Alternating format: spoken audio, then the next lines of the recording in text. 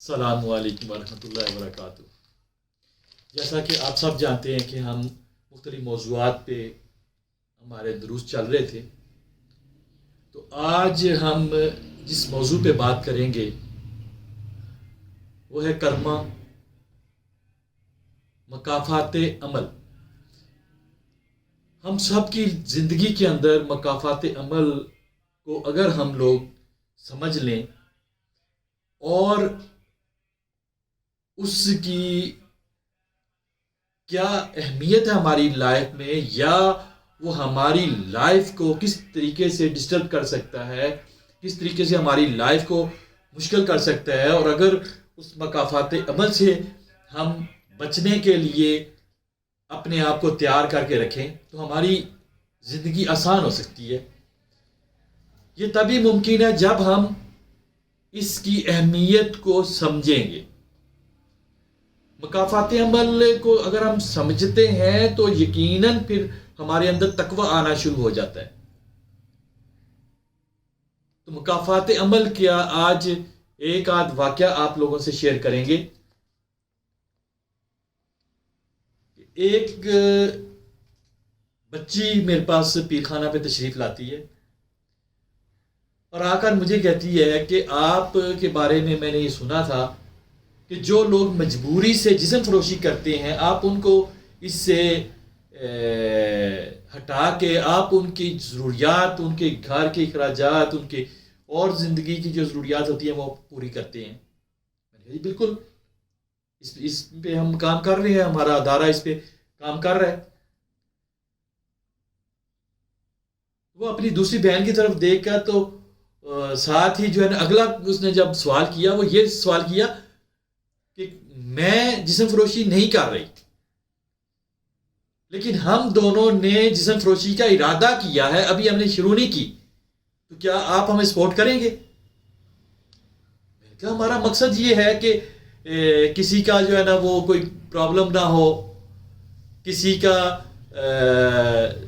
کوئی جو ہے نا وہ اس طریقے سے اپنی جسم کو، اپنی عصمت کو بیچے نہ۔ ہمارا تو مقصد یہ ہے کہ کوئی کلمہ گو بچی صرف اس وجہ سے کہ اپنا گھر چلانے کے لیے اگر اس کو اپنا جسم فروخت کرنا پڑے، تو یہ ہمارے معاشرے میں یہ بہت زبردست ہمارے لیے چیلنج ہے۔ اسلام نے ہمیں اس سلسلے کو روکنے کے لیے ہمیں صدقات، زکوٰۃ، خیرات کا ایک پورا نظام دیا ہوا ہے۔ تو جب میں نے یہ بات کہی کہ جی بالکل میں کروں گا انشاءاللہ تعالیٰ، آپ مجھے بتائیں کہ معاملات کیا ہیں۔ اب اس نے ایک سٹوری جب بیان کی، اب میرے لیے وہ بڑی حیرت کی بات تھی۔ کہنے لگی کہ ہمارے والد ٹرانسپورٹر ہیں، ان کے اوپر ایک قتل کا مقدمہ پڑ گیا ہے، اب وہ جیل کے اندر ہے، اور ہم نے تمام اپنی جمع پونچی جتنا ہمارے پاس اثاثہ تھا سارے کا سارا لگا دیا۔ اب حالت یہ ہے کہ گھر چلانے کے لیے ہمارے پاس کچھ بھی نہیں، تو ہم نے آپس میں مشورہ کیا کہ آخری حال ایک ہی ہے، جسم فروشی شروع کر دیتے ہیں۔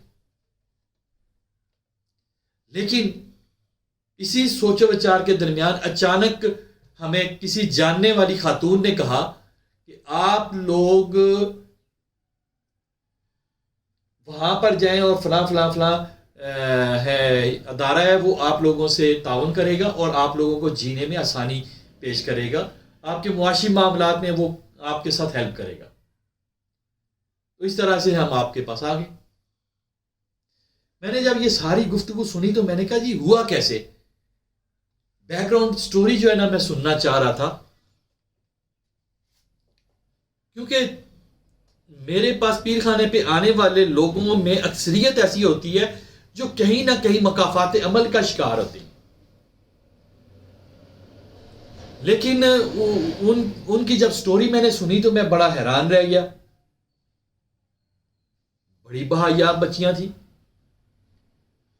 سٹوری انہوں نے یہ سنائی تو اس کے بعد میں نے تھوڑا سا اختصار کیا کہ چلیں مجھے آپ اپنے والد کا ڈیٹا وغیرہ دیں میں اس پہ کوشش کرتا ہوں کہ ان کو بھی جو ہے نا ہیلپ کیا جائے. اور آپ لوگوں کے لیے میں کیا کر سکتا ہوں, تو انہوں نے بتایا کہ ہمارا یہ رینٹ ہے, یہ نہیں پے ہو پا رہا, یہ ہمارے پاس کھانے کے کچھ پرابلمز ہیں. میں نے جو بھی تھے وہ ہم نے اپنے ادارے سے مینیج کیا کر کے. اس کے بعد میں نے ان سے کہا کہ آپ لوگ جاؤ. اب انشاءاللہ تعالی میں آپ کے والد سے ملوں گا اور ان سے کچھ چیزیں میں پوچھوں گا. ہو سکتا ہے ہم آپ لوگوں کی ہیلپ ایسے کر لیں کہ وہ آزاد ہو جائیں. اب ان کے والد سے جب میں ملا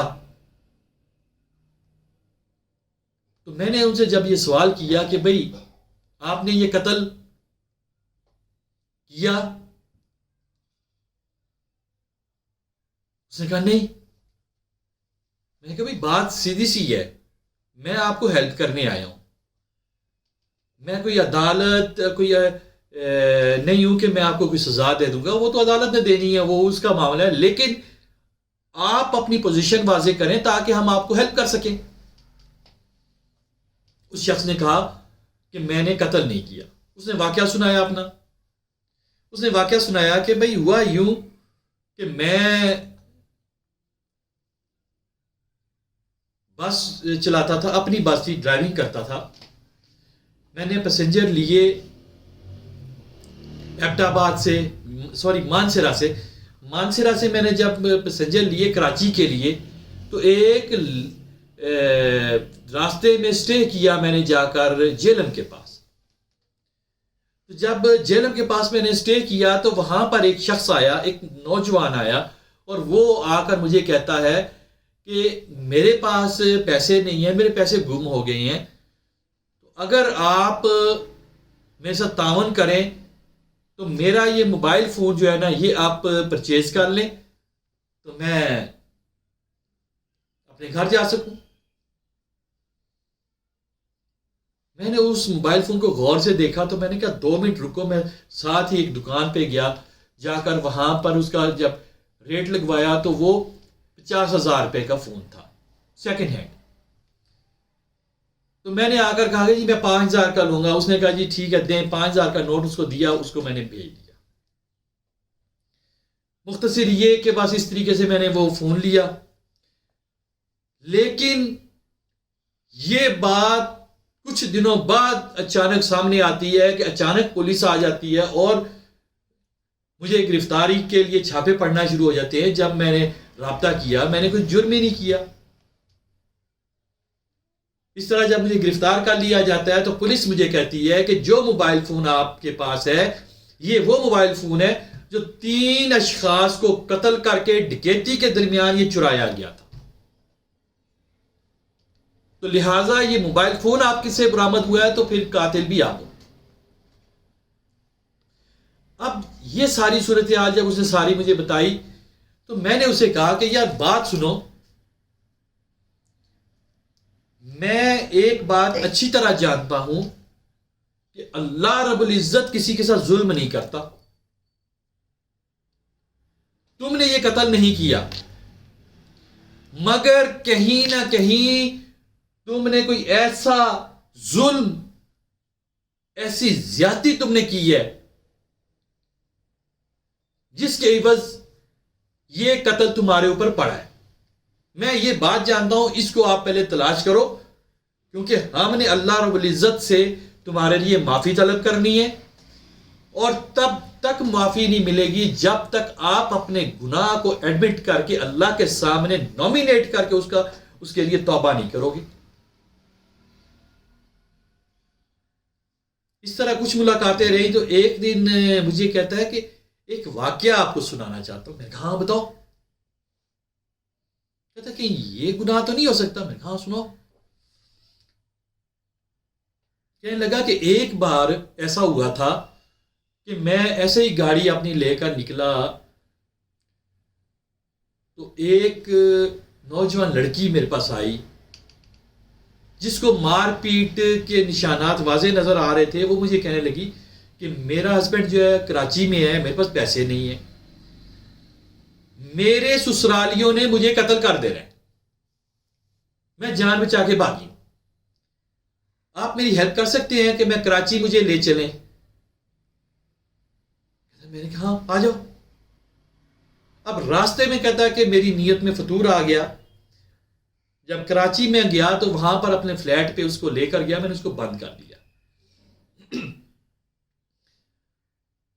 اور تقریباً 19-20 دن اس کے ساتھ زیادتی کرتا رہا. اس کے بعد وہ کہیں بھاگ گئی موقع پاتے. یہ تو نہیں ہو سکتا. میں بڑا حیران ہوا کہ اتنا بڑا ظلم, اور اس کو وہ گناہ بھی نہیں سمجھ رہا تھا, اور وہ سمجھ رہا تھا کہ یہ کوئی چھوٹا سا واقعہ ہے. تو پھر میں نے اسے کہا کہ دیکھو, تمہارے اس گناہ کی وجہ سے تم نے ایک بچی کے ساتھ ظلم کیا, اس کے مکافات عمل میں تمہیں یہ سزا ہو رہی تھی کہ تمہیں سزائے موت تو ہو گئی,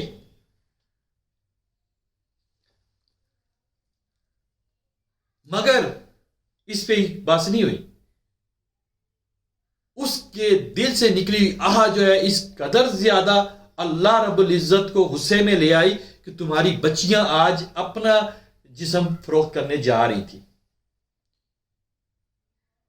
یہ تو کیونکہ وہ دیندار بچیاں تھیں, اللہ نے ان کے اوپر رحم کیا اور اس طرح سے وہ بچ گئیں. لیکن تم نے کسر نہ چھوڑی تھی, ان کو جسم فروشی پہ ڈالنے کے لیے تم نے راستہ ہموار کر دیا تھا. مختصر یہ کہ اس شخص کو پھر میں نے یہ بات سمجھائی کہ دیکھو, اللہ رب العزت تب معاف کرتا ہے جب آپ اپنے گناہ کو ایڈمٹ کر کے اس گناہ کو اللہ کے سامنے پیش کرتے ہو, پھر اس پہ معافی طلب کرتے ہو, تو اللہ رب العزت آپ کے اس عمل کو معاف کر دیتا ہے. ہوا میں جو ہے نا جسٹ استغفار استغفار کی تسبیحیں کرنے سے کچھ بھی نہیں ہوتا. ان گناہوں کا پہلے محاسبہ کریں, پھر ان گناہوں کی معافی مانگیں, پھر وہ گناہ اللہ رب العزت معاف کرتا ہے. پھر ان گناہوں کی وجہ سے آپ جب سختیوں میں ہوتے ہیں, آپ سختیوں سے باہر نکلتے ہیں. جب یہ بات اس کو میں نے شیئر کی تو اس کے بعد اس شخص نے ایسا ہی کیا, اور پھر اس نے کہا کہ جی میں یہ ارادہ رکھتا ہوں, اللہ نے موقع دیا, اس کے ساتھ جو میں نے ظلم کیا اس کا میں دعویٰ کروں گا, اس سے معافی مانگوں گا, اور جو وہ سزا دے گی میں قبول کروں گا.